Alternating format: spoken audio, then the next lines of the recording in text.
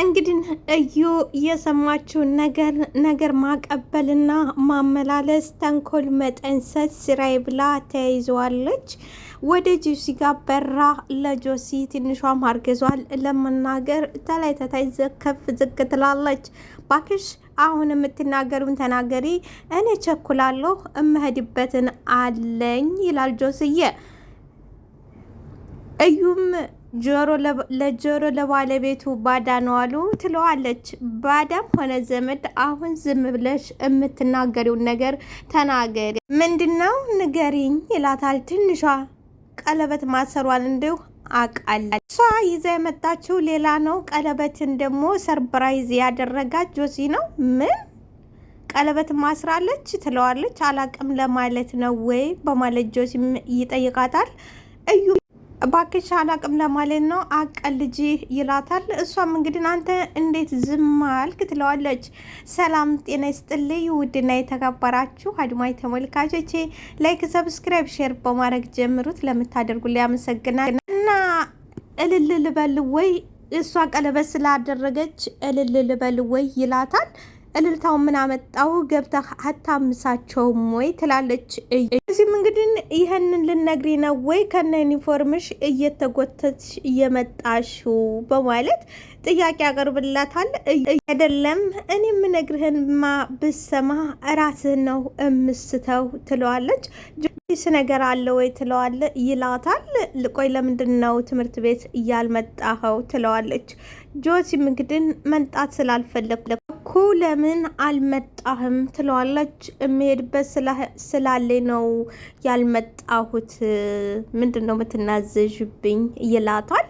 በመጣ ኖሮ እንደኔ ሰርፕራይዝ ትደረግ ነበር፣ መታ ቢሆን እንደኔ ሰርፕራይዝ ትደረግ። ሲም እንግዲህ በምንድን ነው ደግሞ ሰርፕራይዝ የምሆነው ይላታል። በምታየውና በምሰማው ነገር ትልቅ ሰርፕራይዝ ትሆን፣ ግን በጣም እየተለጠጥሽ ነው ይላታል። በቃ ይህን ያህል ሆድህን ስለቆረጠህ ይበቃዋል፣ አሁን ወደ ገደለው ልግባና ልንገርህ ትለዋለች።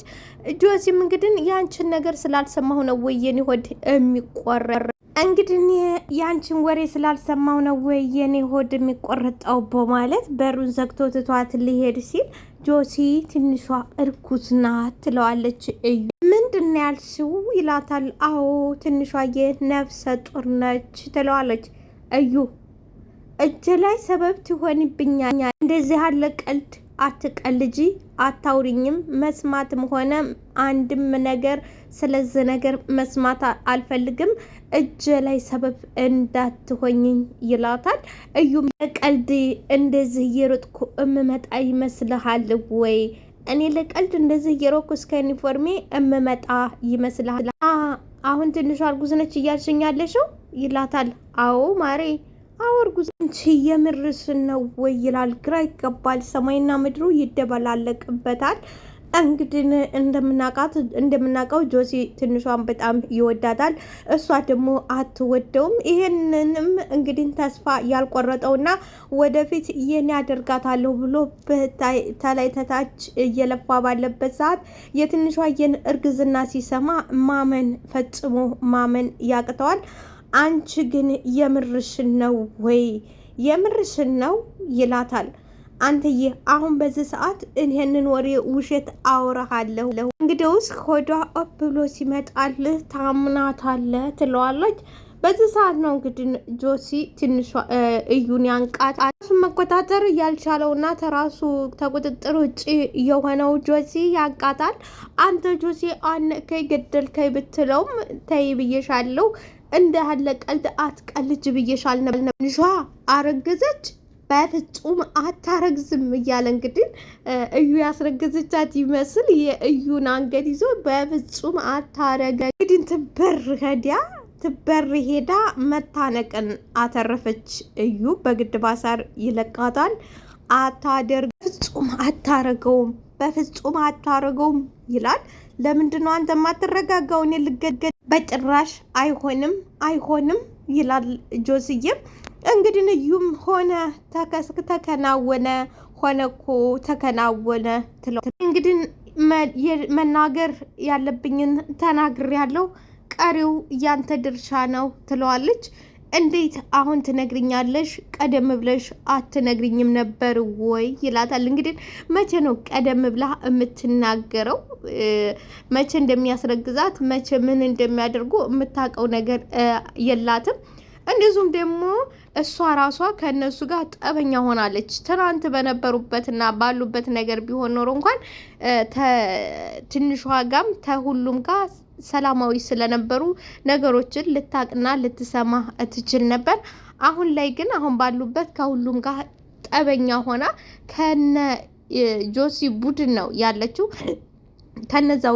ከነዛኞቹ ቡድን ወታለች ሙሉ በሙሉ ያው በጠብ ወታ አሁን ያለችው ከጆሲ ቡድን ስለሆነ ማንም ምንም ሊነግራት አይችልም።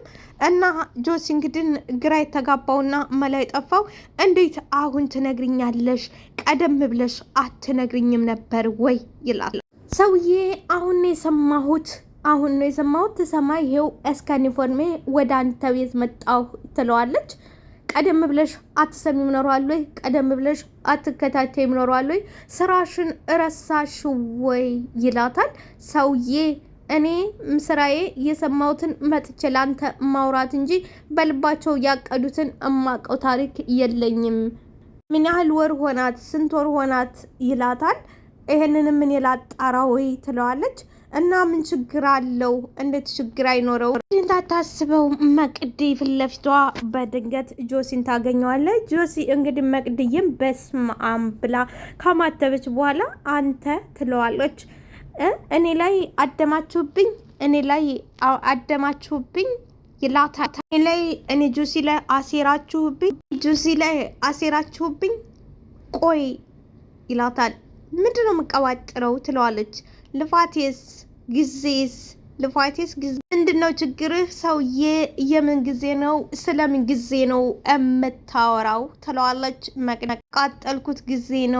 ያቃጠልኩት ጊዜ ይላል። አሁንስ አበዛችሁት። ምንድን ነው እየተፈራረቃችሁ የምትጮሁብኝ የምዘሉብኝ ትላለች መቅድዬ።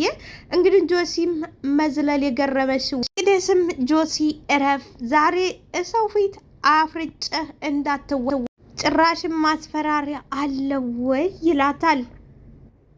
እና ምንድን ነው እንደዚህ የምትወራጨው ስትለው ትንሿ የት ናት ይላታል። ዋጥ ቀለድኩም ይላል ጆሲ። እኔ ግን እየቀለድኩ ነው። ቢያንስ መቀለድ ባችል እንኳን ልሳቅ፣ ለመሳቅ ጊዜ የለኝም ይላል። እሷም እንግዲህ ሁኔታ እንደዚያ ይመስላል ትለዋለች። መቅድ እንግዲህ ጎበዝ ናች። መቅደስ ይላታል። አቤት ዮሴ የሰማውን ነገር እውነት ነው ወይ ይላታል። ምን ሰማህ ትትለው ትንሿ እርጉዝ ናት ወይ? አቤት ከመቼው መታ ነገረችህ ትለው። አለፍልፍብኝ፣ የጠየቁሽን ብቻ ዝም ብለሽ ንገሪኝ ይላታል። መቅድም ምንድን ነው የምነግርህ ትለዋለች። የጠየቁሽን ብቻ ንገሪኝ። እውነት ነው ይላታል። አዎ በደንብ ነው ሆኗል። እና እኔ በአቋሜ ቆሜ እየሄድኩኝ እነሱ እናትና ወላጅ ሊሆኑ ነው ወይ? አባትና እናት ሊሆኑ ነው ወይ ይላታል። እድሜ ከሰጠህ አያትም ሆነው ታያለህ።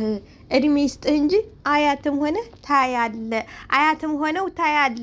መቅዲ አልተዋወቅንም ማለት ነው ይላታል። እንደኔና እንዳንተ የሚተዋወቅ አለ ወይ? እንግዲህ እንደፈረደባት መቅደስም ተኔና ታንተ በላይ የሚተዋወቅ አለ ወይ? ይልቅስ ዝም ብለህ ወደ ራስህ ተመልሰህ የራስን ህይወት ምራ ትለዋለች። ከማንም ከምንም በላይ ጥላቴ አንቺ ነሽ ይላታል። እንዳረሽው ከማንም ከምንም በላይ ከኢሱም በላይ አንቺ ነሽ ጥላቴ ይላታል።